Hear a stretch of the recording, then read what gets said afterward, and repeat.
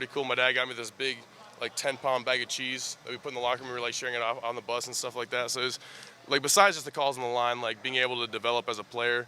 Obviously not going in there super wide-eyed now because I've played in those games. I've played at Team Up North. I've played it, I guess, here against Penn State. I've played at Wisconsin. I played at Notre Dame, which was electric. So being able to develop that skill of being calm in kind of the storm has been really developmental for me, and looking for that, especially this next year, playing in Eugene and Penn State and all those big places like that, it'll be really helpful.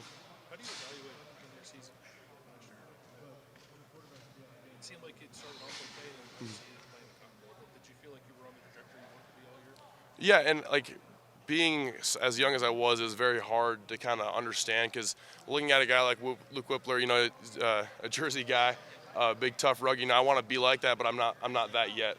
And I think trying to be that kind of like bigger than I was at the time, looking back on it, wasn't really kind of the best for me. Like, obviously playing was super awesome. Is just, for me, it was more of a developmental year, and looking into that as I'm going to grow a lot from this. And looking back on that, there's some mistakes. I'm like, there was no way I'd make that right now. There's no reason why I would do that, but I just needed that to develop into what I am today. So I'm super grateful for it. Do you feel like you were like, I don't know, like a year early to it?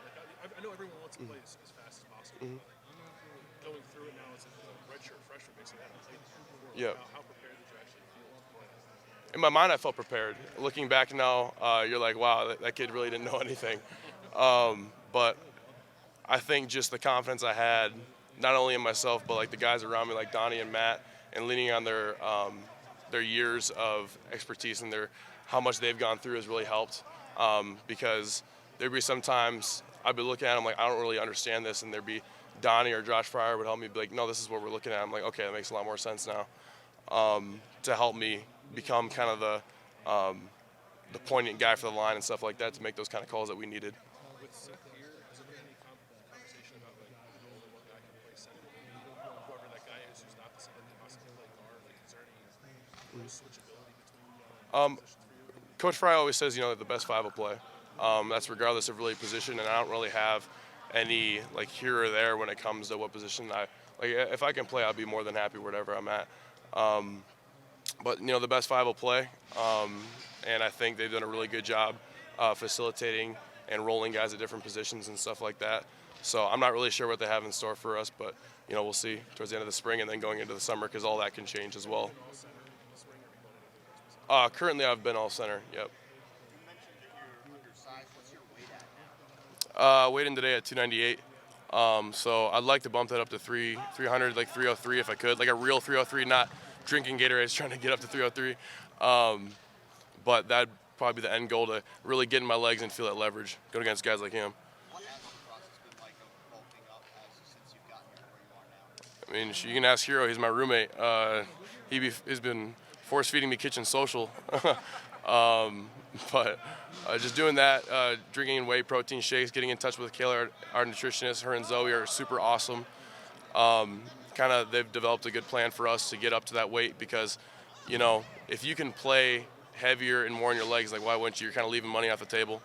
And I think for me last year, I really struggled with that kind of discipline of keeping my weight up, and playing like way lighter than I should have been. Like 280 is way too crazy. And I think that this year, like developing with Coach Mick and stuff like that, it's like real weight. It's not like kind of fake watery weight. It's like real, like I can play on my legs now a lot more. You were playing at 280 at times last year?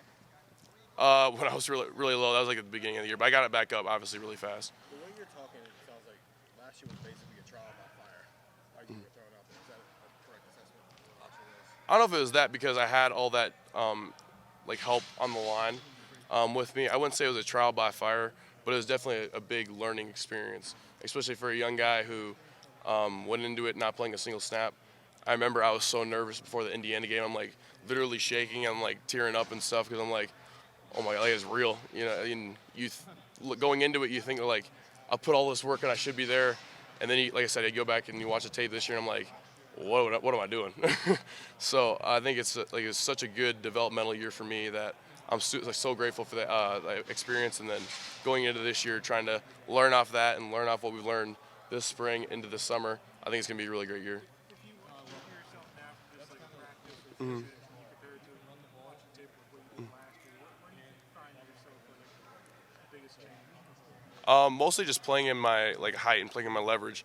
I would always have a problem with really tight ankles and playing really tall on my toes. And whenever I got high hipped and up like that, that's when I get snagged and tossed. And then just more recognition of what's going on and having the game slow down with you. Because the more you grow, you kind of feel that the game obviously doesn't really slow down. These guys get faster every year, but it starts to slow down a little bit for you. So you just kind of see last year me kind of jittering, kind of figuring out what I'm doing, and then that's where I end up in those bad situations.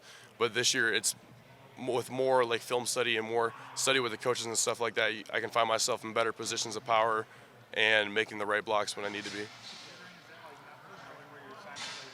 It's just not 100% knowing exactly what you're doing, and that's not a coaching problem. That's not. Obviously, it's a me problem, but it just comes with reps and it comes with experience when you haven't had that before. Jittering's a kind of a rough word for it, but it's just kind of you're indecisive. That's a better word. When you know you're 100%, I'm ready to make this block, you play so much faster. And this year, when I've been able to do that, I've played obviously a lot faster. You can see it on tape. Montgomery's on the 20. Last question for Carson. Play fast and play hard and play decisive, which helps the team, helps the guys around me, and playing with a voice obviously helps the guys around me. You don't want to take I'm trying to find the word. Take words from a guy who's kind of stumbling and going all around with a light voice. If you're loud, you're decisive. We're ready to make this block, we're ready to roll. Great. All right, Carson, thank you. Yep.